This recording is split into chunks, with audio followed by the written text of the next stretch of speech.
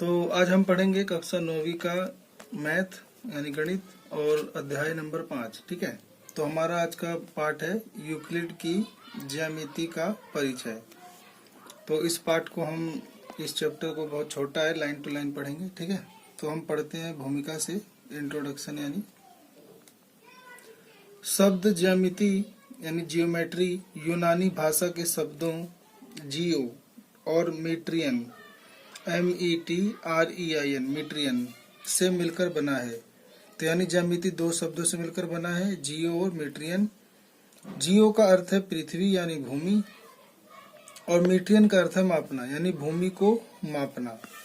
तो इससे ऐसा प्रतीत होता है कि ज्यामिति का उद्गम भूमि मापने की आवश्यकता के कारण हुआ है। गणित की इस शाखा के अध्ययन विभिन्न रूपों में प्रत्येक प्राचीन सभ्यताओं द्वारा किया गया, चाहे वह मिस्र हो, बेबीलोन हो जहाँ सिकंदर की मृत्यु हुई थी, चीन हो, भारत हो, यूनान हो या इनकास। ठीक है, तो इन सभ्यताओं के लोगों को अनेक व्यवहारिक समस्याओं का सामना करना पड़ा, जिनमें ज्यामिति के विकास की विभिन्न प्रकार से आवश्यकता पड़ी। उदाहरण के तौर पर जब भी नील नदी में बाढ़ आती थी तो विभिन्न भूमि स्वामियों के संलग्न खेतों यानी बहुत सारे स्वामियों के जो नदी के किनारे वाले खेत होते थे, तो उन खेतों के बीच की परिसीमाओं यानी बाउंड्रीज को अपने साथ बहा ले जाती थी। इन बाढ़ों के बाद इन परिसीमाओं को पुनः बनाया जाता था। इस कार्य के लिए मिस्रवासियों ने सरल क्षेत्रफल परिकलित करने के साथ ही सरल रचनाएं करने के लिए अनेक ज्यामिति तकनीकें और नियम विकसित किए। तो उन्होंने ज्यामिति के ज्ञान का उपयोग अन्न भंडारों के आयतन निकालने और नहरों और पिरामिडों के निर्माण में किया।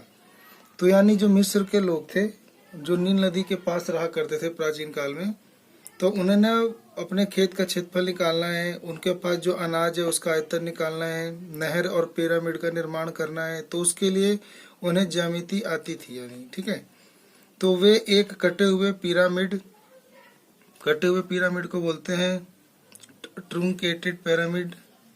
तो आकृति ऐसा वाला। ठीक है, तो इसका आयतन ज्ञात करने का सही सूत्र भी जानते थे मिस्रवासी। आप जानते हैं कि पिरामिड एक ऐसी ठोस आकृति होती है जिसका आधार एक त्रिभुज या वर्ग या कोई भी अन्य बहुभुज होता है, तो जिसके पार्श्व फलक यानी साइड फेसिस या लेटरल फेसिस ऊपर एक ही बिंदु पर मिलने वाले त्रिभुज हैं। यानी पिरामिड में क्या होता है कि नीचे तो आयत, वर्ग, त्रिभुज जैसा भी हो सकता है, लेकिन जो ऊपर होता है वो एक बिंदु पे आके ऐसे मिलते हैं। ठीक है, तो भारतीय उपमहाद्वीप में हड़प्पा और मोहनजोदड़ो आदि के खुदाइयों से पता लगता है कि सिंधु घाटी की सभ्यता लगभग 3000 ईसा पूर्व ने ज्यामिति का प्रचुर मात्रा में उपयोग किया।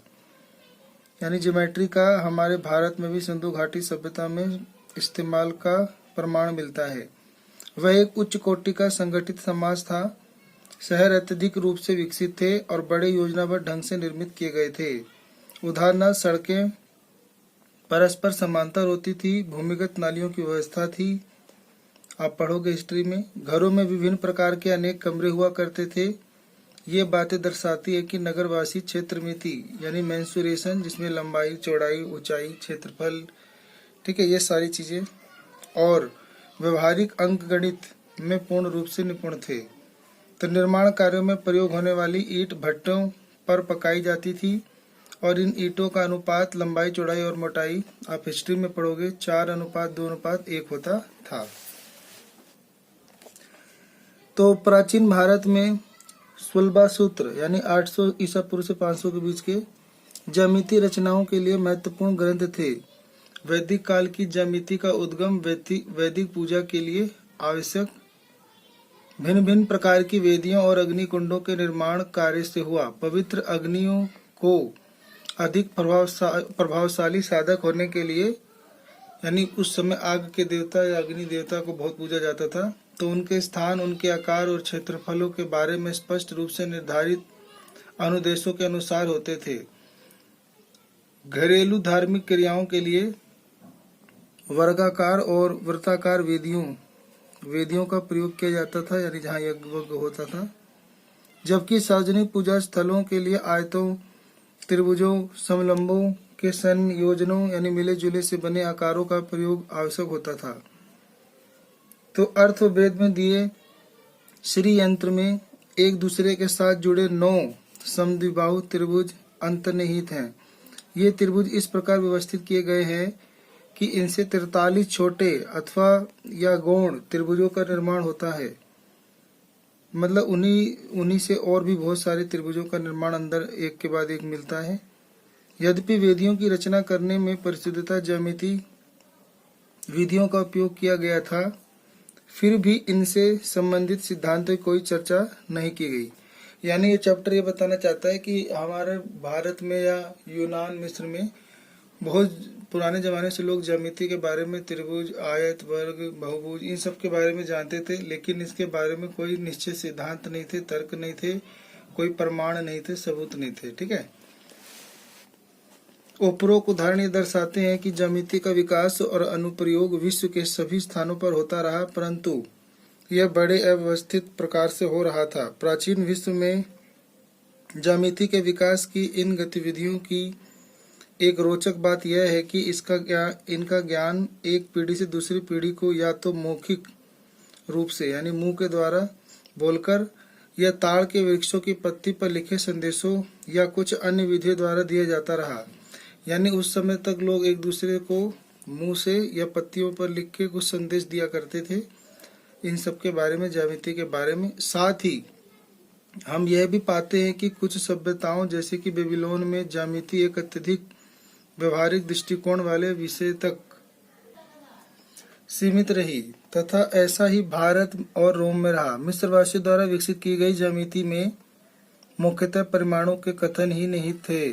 इनमें प्रक्रियाओं अथवा विधियों का कोई व्यापक नियम नहीं दिए गए थे। वस्तुतः बेबीलोन और मिस्रवासियों दोनों ने ही ज्यामिति का उपयोग अधिकांशतः व्यवहारिक कार्यों के लिए ही किया तथा उनको एक क्रमबद्ध विज्ञान के रूप में विकसित करने के लिए बहुत कम काम किया। यानी उन्होंने भी जो ज्यामिति के नियम होते हैं, कायदे होते हैं, उन सब के लिए कोई नियम कानून वाली किताब या इन सब चीजों को विकसित नहीं किया। परंतु यूनान जैसी सभ्यताओं में इस तर्क पर बल दिया जाता था कि कुछ रचनाएं किस प्रकार हो जाती हैं।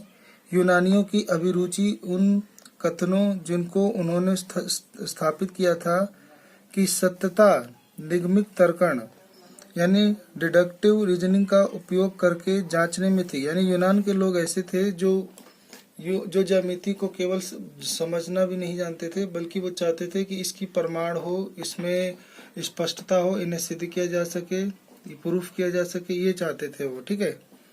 तो लिखा है, देखिए परिशिष्टेक जो कि अभी पढ़ोगे आप।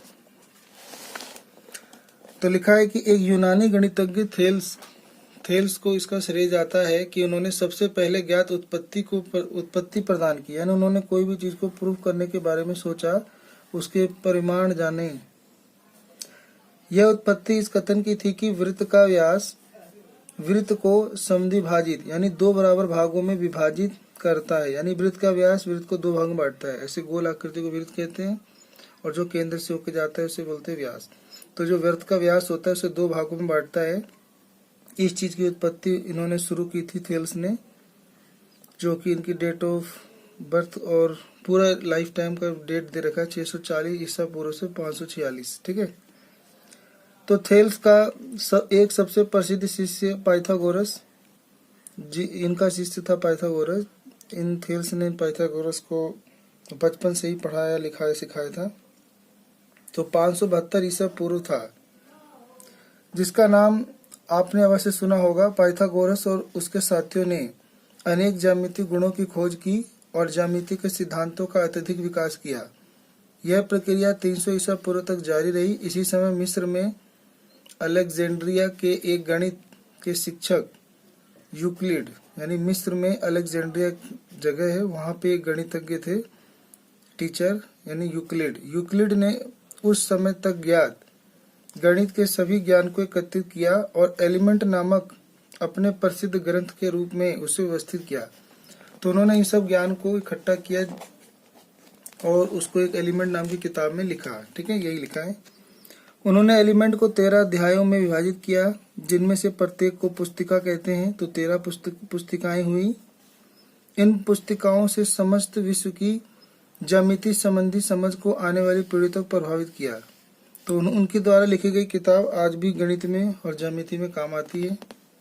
तो इनका डेट ऑफ लाइफ टाइम हुआ 325 से 265। ठीक है, तो इस अध्याय में हम ज्यामिति के प्रति यूक्लिड के दृष्टिकोणों की चर्चा करेंगे और ज्यामिति के वर्तमान स्वरूप से इसे जोड़ने का प्रयत्न करेंगे। तो मिलते हैं भाग 2 में।